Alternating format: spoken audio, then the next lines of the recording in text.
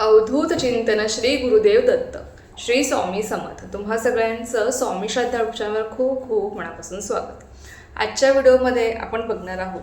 बघा, आपण सगळे स्वामी भक्त स्वामींची आपापल्या प्रेरणे आपण रोज नित्यसेवा करतो. स्वामींची नित्यसेवा म्हणजे नेमकी काय करावी, हा जर प्रश्न तुम्हाला असेल तर बघा, श्री स्वामीच्या सारामृत या ग्रंथातले आपण क्रमशः 3 अध्याय रोज वाचत असतो. त्याचबरोबर कोणी 11 माळी श्री स्वामी समर्थ जप करत असेल, कोणी 5 माळी करत असेल, कोणी 7 माळी किंवा कोणी 1 माळ घेत असेल. आपण आपापल्या परीने आपापल्या त्या शक्तीनुसार आपण स्वामींची रोज सेवा करतो. आता स्वामींची आपण सेवा करतो आणि झालं असं होतं का, तर नाही. स्वामींची नित्य सेवा करत असताना आपल्याला काही गोष्टी आहेत ज्या आपल्याला पाळायच्या असतात आणि याचं पालन केल्यामुळे आपण केलेल्या सेवेचं आपल्याला संपूर्णपणे फळ मिळतं आणि केलेली सेवा किंवा आपल्याला स्वामींचे अनुभव येत असतात. बघा, काहींचं असं होतं ना की आम्ही तर रोज स्वामींची सेवा करतो पण आम्हाला अजूनही स्वामींचा कोणताही अनुभव आलेला नाही. तर काही दादांना हा प्रश्न पडतो, आम्ही इतकी सेवा करत आहोत किंवा आम्ही रोज सेवा करत आहोत तरी आम्हाला अजून तरी काही अनुभव आलेला नाही. बघा, स्वामींची सेवा करणं हे जेवढं महत्त्वाचं आहे ना, तेवढंच महत्त्वाचं आपण स्वामींची नित्य सेवा करत असताना किंवा आपण कुठलीही स्वामींची सेवा करत असताना काही गोष्टींचं आपण पालन केलंच पाहिजे, ज्यामुळे आपल्याला आपण केलेल्या सेवेचं संपूर्णपणे फळ मिळते आणि आपल्याला स्वामींचे अनुभवसुद्धा तितक्याच लवकर मिळतात. अगदी छोट्या छोट्या गोष्टी आहेत ज्याचा आपण कधी विचारसुद्धा करत नाही, पण या गोष्टीमुळे आपल्याला नक्कीच स्वामींचे अनुभव येतात आणि आपण केलेल्या सेवेचं संपूर्णपणे फळ मिळते. आजच्या व्हिडिओमध्ये मी तुम्हाला त्याच गोष्टी सांगणार आहे की आपण स्वामींची नित्य सेवा करत असताना आपल्याला कोणत्या गोष्टींचं पालन करणं आवश्यक आहे. आणि खरंच सांगते, तुम्ही या गोष्टींचं पालन करून बघा, तुम्हालाही नक्की स्वामींचे अनुभव येतील. बघा, सर्वात प्रथम स्वामींची नित्यसेवा करत असताना आपल्याला स्वामींची नित्यसेवा करण्याच्या अगोदर गणपती बाप्पांचं आपल्याला स्मरण करायचं आहे. गणपती बाप्पा हे आदिदेव आहेत आणि त्यांचं स्मरण करणं आवश्यक आहे. बघा, कुठलंही कार्य करताना किंवा कुठलंही पारायण करताना किंवा कुठल्याही अध्यायाच्या सुरुवातीला आपण श्री गणेशाय नमः असं म्हणत असतो, म्हणजेच आपण गणपती बाप्पांचं स्मरण करत असतो. तसं जेव्हा आपण रोज स्वामींची सेवा करतो ना, तेव्हा सेवा करण्याच्या अगोदर तुम्हाला गणपती बाप्पांचं स्मरण करायचं आहे. तुम्हाला ओम गण गणपते नमः, ओम गण गणपते नमः या मंत्राचा 11 वेळेस जप करून वक्रतुंड महाकाय सूर्यकोटी समप्रभ निर्विघ्नं कुरु मे देव सर्वकार्येषु सर्वदा असं तुम्हाला गणपती बाप्पाचं स्मरण करायचं आहे. आणि त्यानंतर आपण नित्यसेवा करायला तुम्हाला सुरुवात करायची आहे. तुम्ही सारामृताचे 3 अध्याय वाचणार आहात, श्री स्वामी समर्थ या मंत्राचा तुम्ही जप करणार आहात, तारक मंत्र तुम्ही म्हणणार आहात. जी कोणी तुम्ही सेवा करणार असाल ती तुम्हाला गणपती बाप्पांचं स्मरण करून मग पुढची सेवा तुम्हाला करायची आहे. त्यानंतर दुसरी गोष्ट आहे ती म्हणजे बघा, जेव्हा आपण स्वामींची सेवा करतो, तुम्ही आपापल्या प्रेरणे आपण सगळेजण स्वामींची रोज नित्यसेवा करत असतो. तर नित्यसेवा करत असताना त्यांना मध्ये खंड पडू देऊ नका.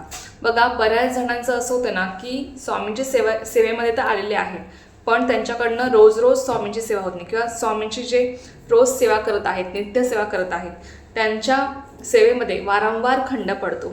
म्हणजे आज जर सेवा केली तर डायरेक्ट त्यांची सेवा 4 ते 5 दिवसांनंतर होत असते किंवा खंड पडतो. तर असं होता कामा नये.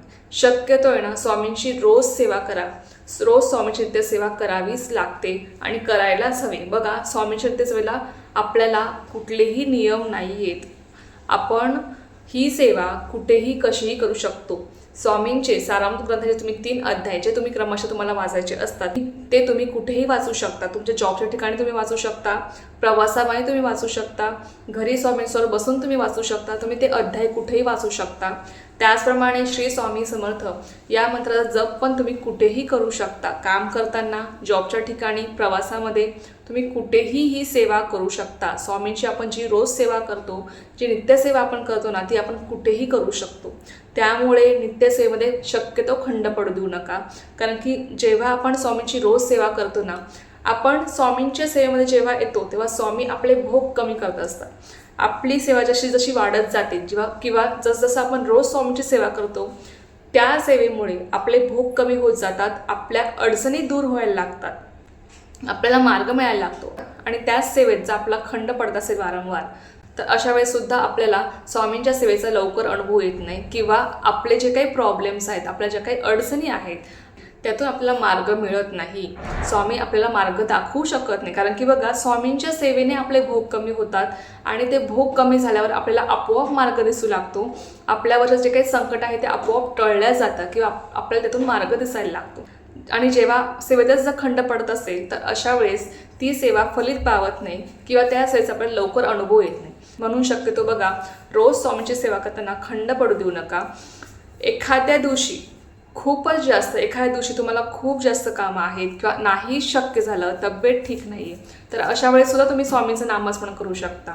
त्यामुळे बघा कुठलेही कारणं देऊ नका स्वामींच्या सेवेसाठी. आणि स्वामींना सगळं समजतं की आपल्याला किती वेळ असतो, किती नाही, आपण किती वेळ काढू शकतो सेवेसाठी, हे सगळं स्वामींना समजतं. आपण सगळ्यांना फसवू शकतो, पण स्वामींना आपण कधीच फसवू शकत नाही. स्वामी हे अंतर्यामी आहेत आणि त्यांना आपल्या मनातलं सगळं काही ते जाणतात, त्यांना सगळं काही माहीत आहे. त्यामुळे लक्षात घ्या की कुठलंही कारण न देता स्वामींची रोज सेवा करण्याचा प्रयत्न करा.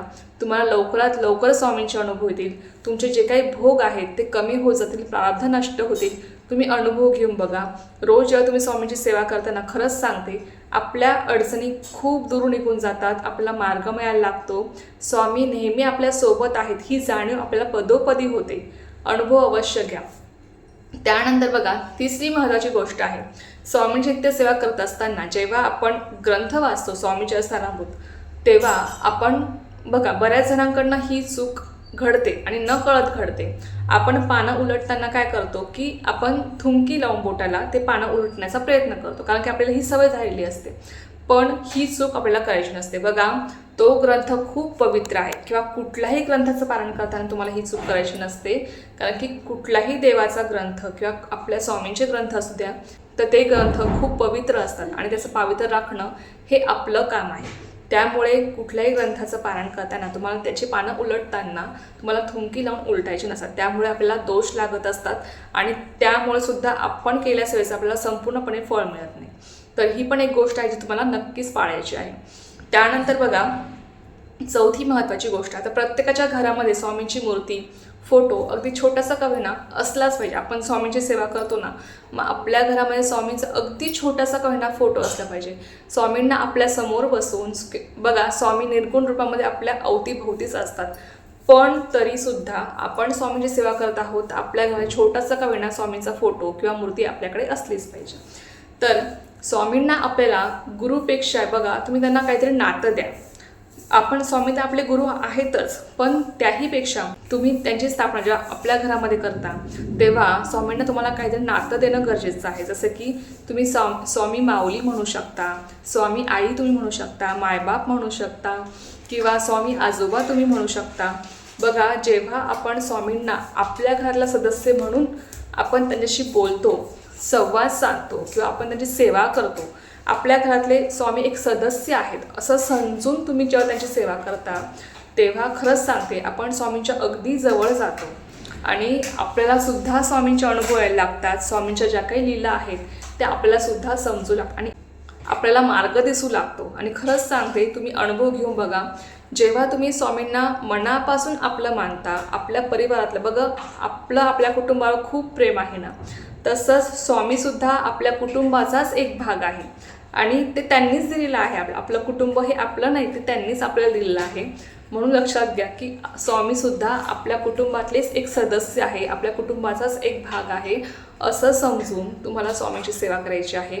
जेणेकरून तुम्ही जेव्हा त्यांना आपलं मानता, एक नातं तुम्ही त्यांना देता, तेव्हा लक्षात घ्या की तुम्ही मनापासून स्वामीशी जोडले जातात. आणि जेव्हा तुम्ही मनापासून स्वामीशी जोडले जाता तेव्हा तुमची जी काही सेवा आहे ती अगदी मनापासून घडते, पूर्ण श्रद्धेने घडते आणि त्यामुळे तुम्ही केलेल्या सेवेस तुम्हाला लवकरात लवकर अनुभव यायला सुरुवात होते. अनुभव तुम्ही घेऊन बघा या ज्या काही गोष्टी आहेत ना, या मी स्वतः अनुभवल्या आहेत, म्हणून तुमच्यासोबत ही माहिती शेअर करत आहे. त्यानंतर बघा जेव्हाही तुम्ही घराच्या बाहेर जात असाल किंवा बाहेरून आल्यावर सगळ्यात आधी स्वामींना मुजरा करायला शिका. स्वामींना तुम्हाला मुजरा करायचा असतो, लक्षात घ्या. कारण की बघा आपण जेव्हा घराच्या बाहेर, आता आजकाल तर असं झालं आहे की कोणी एखादी जर व्यक्ती घराच्या बाहेर गेली तर ती परत घरी येईल की नाही याची आपल्याला शाश्वती नसते. म्हणून जेव्हा आपण स्वामींना मुजरा करून बाहेर निघतो आणि स्वामींना आपण सांगून निघतो की स्वामी मी या कामासाठी बाहेर जात आहे, तुम्ही सदैव माझ्यासोबत राहा, तुम्ही सदैव आमचं रक्षण करा, आमच्या कुटुंबातल्या प्रत्येक सदस्याचं तुम्ही रक्षण करा. असं आपण जेव्हा स्वामींना सांगतो तेव्हा खरंच सांगते स्वामी सदैव आपल्यासोबत असतात आणि आपल्याला ते सुखरूप घरी घेऊन येतात. अनुभव घेऊन बघा तुम्ही. त्यानंतर जेव्हा तुम्ही बाहेरून जाऊन येतात तेव्हा सुद्धा घरी आल्यावर तुम्हाला हातपाय धुवून तुम्हाला स्वामींना मुजरा करायचा आहे, कारण की आपण त्यांच्या कृपेमुळे बाहेरून आपण सुखरूप घरात आलेलो असतो. तर ही पण एक गोष्ट पाळायला सुरुवात करा. जेव्हा आपण येता जाता स्वामींना भेटतो, त्यांना मुजरा करतो, त्यांचं दर्शन घेतो ना, तेव्हा आपसूक आपण स्वामींशी जोडले जातो, आपलं एक नातं तयार होतं. आणि मी पुन्हा तेच सांगेल की आपण जी केलेली सेवा आहे ती आपली मनापासून घडते आणि त्यामुळे आपल्या स्वामींची लवकरात लवकर अनुभव यायला सुरुवात होते. तर ही पण एक गोष्ट आहे जी तुम्हाला पाळायची आहे. त्यानंतर रोज स्वामींना नैवेद्य दाखवत जा. तुमच्या घरामध्ये जे काही बनतं, जे काही तुम्ही बनवत असाल, जी कोणती भाजी चपाती मांसाहार सोडून जे कोणी तुम्ही भाजी चपाती बनवत असाल ते तुम्हाला नैवेद्य स्वामींना रोज दाखवायचा आहे. जे तुम्ही खाता तर तुम्हाला तो नैवेद्य रोज स्वामींना दाखवायचा आहे, सकाळ संध्याकाळ. बघा, आणि नैवेद्य दाखवताना अगदी व्यवस्थितपणे, जसं आपण आपल्या ताटामध्ये जेवायला वाढून घेतो, आपल्याला जितकं अन्न लागतं 2 चपाती भाजी व्यवस्थितपणे आपण ताटामध्ये वाढून घेतो, अगदी स्वामींना त्याचपर्यंत तुम्हाला ताटामध्ये सगळं व्यवस्थित वाढून द्यायचं आहे. आणि तो नैवेद्य तुम्हाला स्वामींना रोज दाखवायचा असतो. कारण की आपल्याला जशी रोज भूक लागते ना, तसंच स्वामींना आपण आपल्या कुटुंबातला सदस्य मानलेला आहे. मग त्यांनाही भूक लागत असेल हा समज घेऊन तुम्हाला रोज स्वामींना नैवेद्य दाखवायचा असतो. बघा, स्वामी ब्रह्मांड नायक आहे, त्यांना आपल्याकडनं कसलीही अपेक्षा नसते. अख्खं ब्रह्मांड ते चालवतात, मग आपल्याकडनं ते कसली अपेक्षा ठेवणार. पण तरीसुद्धा स्वामी आपल्या कुटुंबाचा एक भाग आहे, आपलं त्यांच्याशी काहीतरी नातं आहे, आपल्या कुटुंबाचं ते एक सदस्य आहे. आणि जशी आपल्याला रोज भूक लागते तसं स्वामींना सुद्धा भूक लागली असेल तर या समजुतीने तुम्हाला रोज स्वामींना नैवेद्य दाखवायचा आहे. आणि खरंच तुम्ही या सगळ्या गोष्टी करून बघा, मला खरंच खूप अनुभव यायला लागतील. जेव्हा आपण स्वामींना नैवेद्य दाखवतो ना, तेव्हा त्या अन्नामध्ये जरी काही दोष लागलेले असतील तरी सुद्धा ते दोष स्वामींच्या फक्त नजरेने दूर होतात. आपल्या घरामध्ये कधीही अन्नधान्याची कमतरता भासत नाही. तर तुम्ही अनुभव घेऊन बघा. तर नक्कीच सगळ्यांनी रोज न चुकता सकाळ संध्याकाळ तुम्ही जे काही बनवता, जे काही तुम्ही जेवण करणार आहात ते आधी तुम्हाला स्वामींना नैवेद्य म्हणून दाखवायचं आहे. नंतर तुम्हाला तेच ताट तुम्ही प्रसाद म्हणून ग्रहण करू शकता. या अगदी बारीक सारीक गोष्टी आहेत ज्या आपल्याला पाळायच्या असतात. त्यानंतर स्वामींच्या मूर्तीला तुम्हाला जमेल तेव्हा तुम्हाला अभिषेक करायचा आहे. मी म्हणणार नाही की तुम्ही रोजच अभिषेक करा, आता रोज सगळ्याकडनं होईल असं नाही. जर तुम्हाला जेव्हा वेळ मिळतो, गुरुवारी वेळ मिळतो तर अवश्य गुरुवारी करण्याचा प्रयत्न करा. नाही गुरुवारी जमत, रविवारी तुम्हाला सुट्टी असेल, रविवारी तुम्ही अभिषेक करू शकता. त्यानंतर बघा, स्वामींना नेहमी आपल्याला अष्टगंध लावायचं असतं, कारण की स्वामी हे पुरुष देवता आहेत, त्यांना आपल्याला हळद कुंकू व्हायचं नाही आहे, तुम्हाला त्यांना अष्टगंध लावायचं आहे. तर या ज्या काही बारीक बारीक गोष्टी आहेत ज्या तुम्हाला पाळायच्या असतात. त्यानंतर जमेल तशी स्वामीची सेवा करा, सेवेमध्ये खंड पडू देऊ नका. मी तुम्हाला मगाशीच सांगितलं. तर या अगदी छोट्या छोट्या गोष्टी आहेत ज्या तुम्हाला पाळायच्या आहेत. आणि सगळ्यात महत्त्वाचं आहे ते म्हणजे आपले कर्म चांगले ठेवून स्वामींची सेवा करा. तुम्ही रोज स्वामींची सेवा करता, स्वामींनाही माहीत आहे की तुम्ही रोज सेवा करता, आपल्या मनालाही माहीत आहे, त्यामुळे आपल्याला खूप समाधानसुद्धा मिळतं. पण सगळ्यात महत्त्वाची गोष्ट आहे ती म्हणजे आपले कर्म चांगले ठेवून आपल्याला स्वामींची सेवा करायची असते. कारण की जेव्हा बघा तुम्ही स्वामींची रोज तासनतास बसून सेवा करत असाल, पण एकीकडे जर तुमचे कर्म चांगले नसतील, तुम्ही दुसऱ्यांबद्दल वाईट बोलत असाल किंवा दुसऱ्यांना तुम्ही शिवीशाप देत असाल, दुसऱ्यांची तुम्ही नेहमी निंदा करत असाल, तर त्या सगळ्या गोष्टींमुळे तुम्ही केलेल्या सेवेचं तुम्हाला फळ मिळत नाही.